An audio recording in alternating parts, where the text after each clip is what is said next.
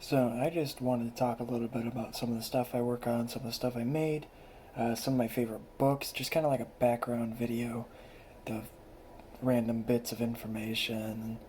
Yeah, that's about it. Um, so I guess I'll start off with my most recent project over here. I just finished today. It was half a project, but this is a set of crampons. These are Austro-Hungarian from World War One. They had no belts when I got them. These things were covered in rust. Now, obviously, you can still see there's still some rust on them, but it's a bit less. And I made them to fit my Imperial Russian boots, so I can wear those this winter. I'm waiting on another half the set to arrive. I bought them half at a time, just to see if I could make them. If not, I'd leave them on a shelf or something. But I can make them. So, and I have the supplies to make more. I have a couple of leather patches with some spare twine if I need to fix any of the belts or anything like that. And I keep them there. I'm going to put them in my backpack eventually. I have a knife.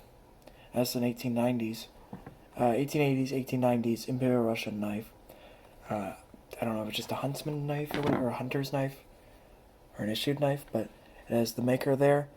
I tried to look into. I don't know how well you can see that. Yeah, it's an 1890s knife. I found a few of these online. I bought one for pretty cheap. It was only like 30, 35 bucks. I made a little sheath for it, a little strap to go inside. Probably, I'm honestly going to put it on my belt or on the inside of my boot.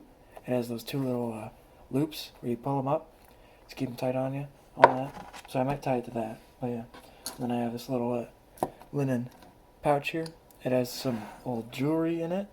I have a little necklace with a crest on it. I have an old pocket watch. This is not super historical. Well, kind of. It was my girlfriend's father's, and she had no use for it. It was sitting in her closet, and she's going to throw it away. So I said, yeah, I'll keep it. Just a little pocket watch. Sorry.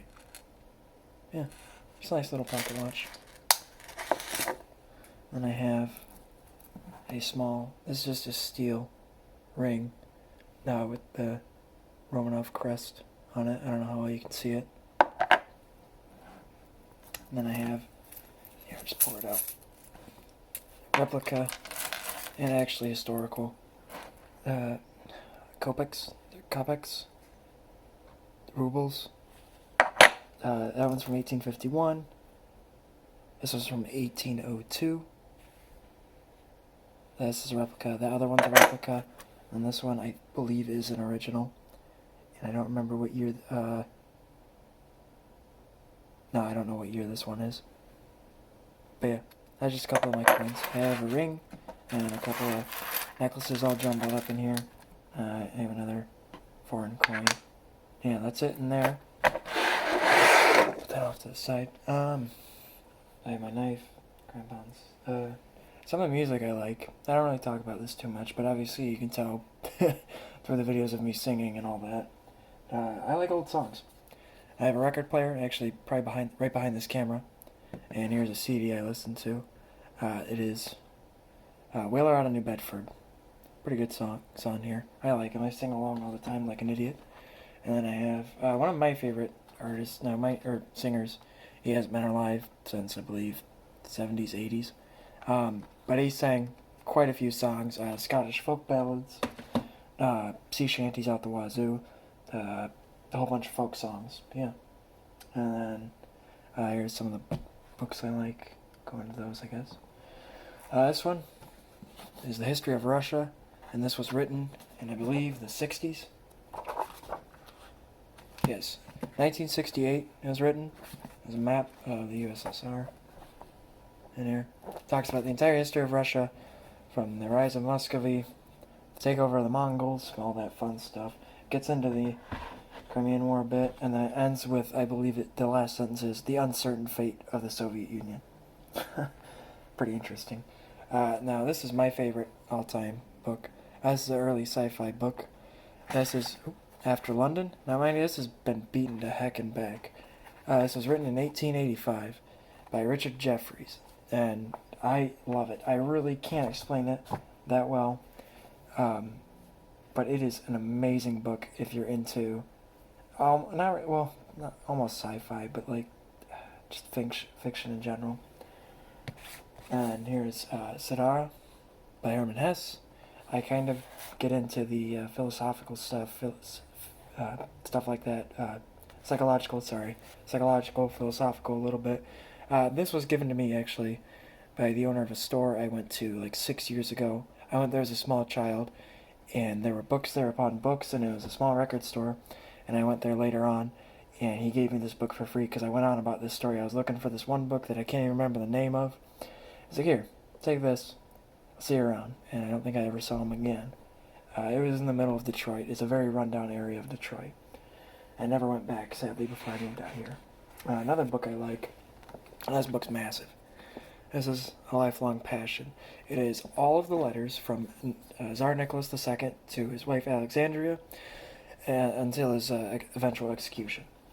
Now, in the end of the book, I think is awesome. They added all the accounts of the guards during his imprisonment and eventual execution, and the story behind their execution. All the letters the guard wrote after that were finally brought out of records or whatever from Russia. Yeah. And there's a real old book, well, not really old book, but it's an older book. This is The Coming of the Peasant. It was written by a doctor in 1925. He was about World War I, and a guy who volunteered in World War I. The author actually signs it. Oh, sorry, this was 1934.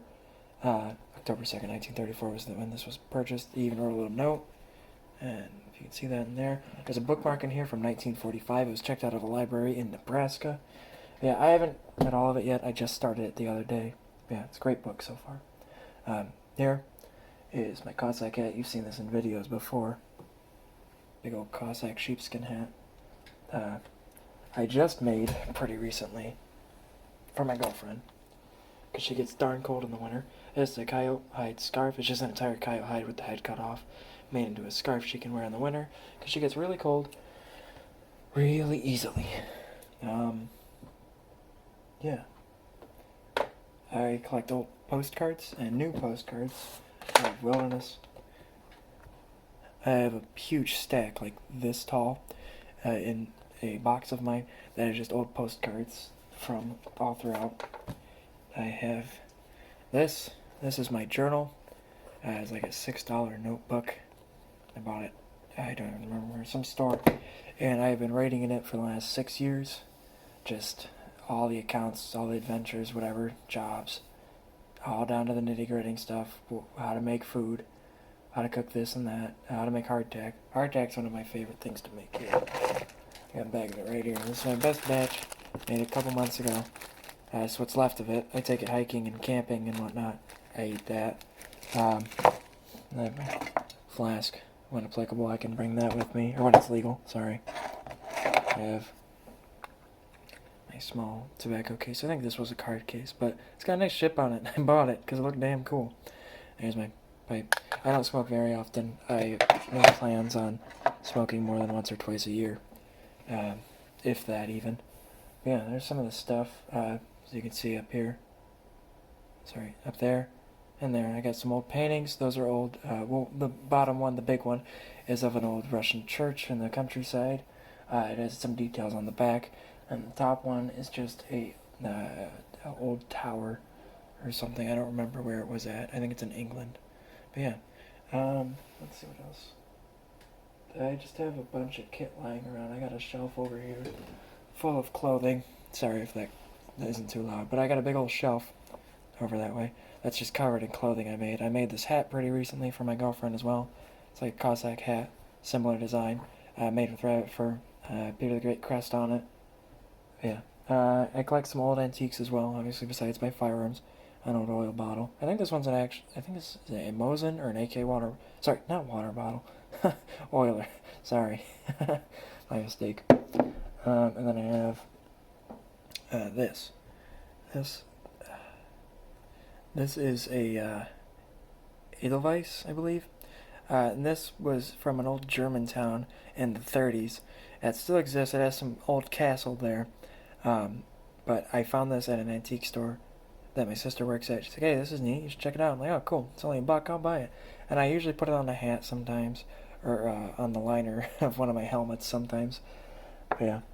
What else? Just a bunch of old stuff. Here. One of my more recent projects as well. You saw this, my uniform video, my hat, 1907 hat, and then I made a summer linen neck cover. I'll probably do a video on summer uniform or summer issue uniform, whatever, for the Imperial Russian Army. But this goes over your neck.